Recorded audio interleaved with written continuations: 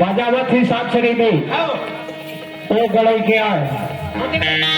बड़े बड़े के हाँ अरे साली पूजा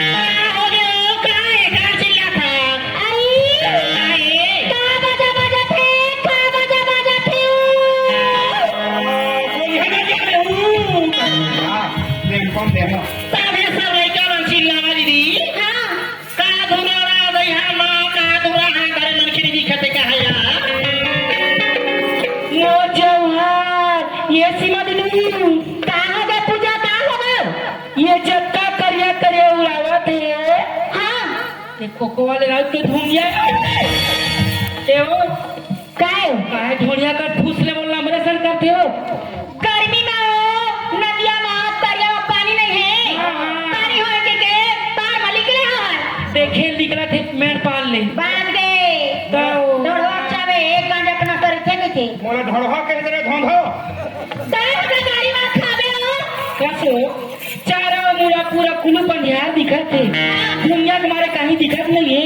तो कूड़ाते न काहे एक कुरावा ते हार आउटमन के धुगिया नो है उड़ाते रात के धुइया नो है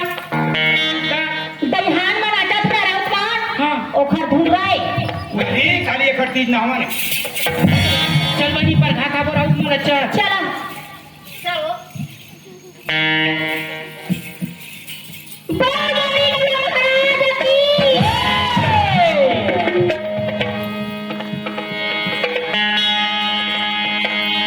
का खारे कलसा मोर रिगा बिगा सिगा बिगा रिगा बिगा सिगा बिगा का खारे कलसा बिगा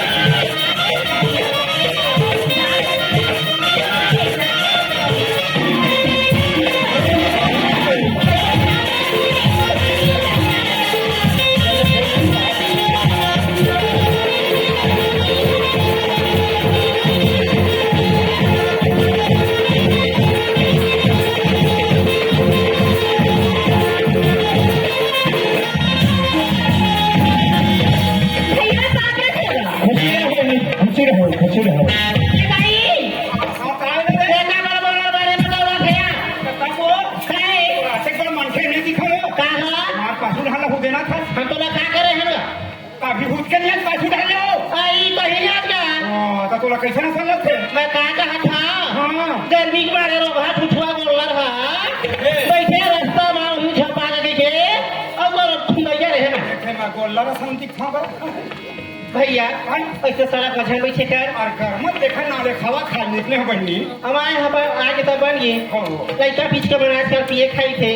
गाड़ी घोड़ा राह चला थे तरी पर रही ना पिछले हो जाए 50 बीजा छितर जाए मोर बीजा तक बाछी हो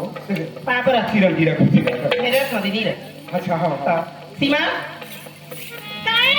जानो तो बेलहा तो माल खड़े नहीं आओ कहा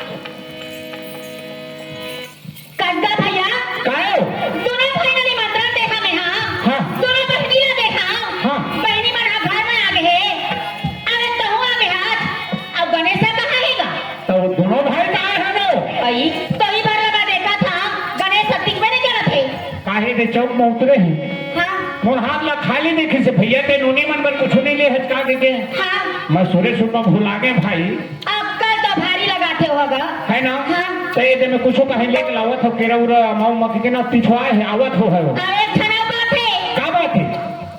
एक ठान करत ला हाँ देख ले भैया ला घर पाले गाय हाँ। हमर पुछारी नहीं है ऐसे दुआरी पर खड़े हो जा देख बहनी वो जा जा कर आला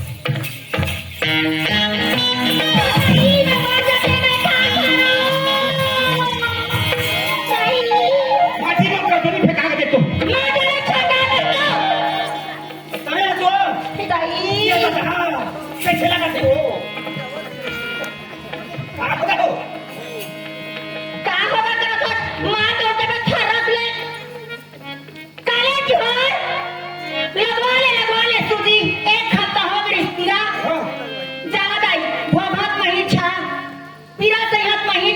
अच्छा एक ठक लगावेगा तुझी ऐसे कहीं एक ठक मार है वहां दो ठक लगा दी अहू पाला तेरा फिर लगा दे बरस ले बस वो मोर बहनी थक्का हो है आगू डहल ले हाँ और सूजी लगे है पाछू डहल पाछू हाथ दो ठक लगा है डॉक्टर है ईमान आगू डहल के धक्का में पाछू सूजी फुनका के खाओ सूजी हनाईपुर का है ये पूरा कपड़ा का खोलते पीरा हमार गरी से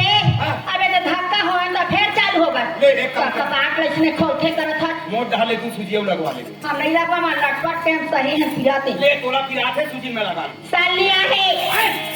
पूजा है पूजा लगा लो 2 दिन होगा बिचारी मला हाँ। आए 3 दिन के हाथ गौरी तो नहीं है गणेश ईमान भगवान कस्ता ए भगवान त का खवा देते एक धम कम त बिचारी मन लाओ आज 3 दिन के हाथी त नहीं है के थे गांव गांव के सेफ्टी जात हो है दादा कैसे कैसे बचा के हो अपने हाथ में नहीं के हाथी त नहीं है के गर्मी मारे बिचारी मन हाँ बोर बोर के हमार चटनी खावा थी अच्छा हाँ भाजी होई लागे गर्मी दिन भाजी हम खाते इसे के हां हां आए 3 दिन के सालनी हाँ, हाँ हाँ। दाल छरा थी अच्छा अब पूजा हाँ चावनी में रखी माने काम मुदन हाथी त नहीं है हाँ। भेजा था पूजा ला। बोले हाँ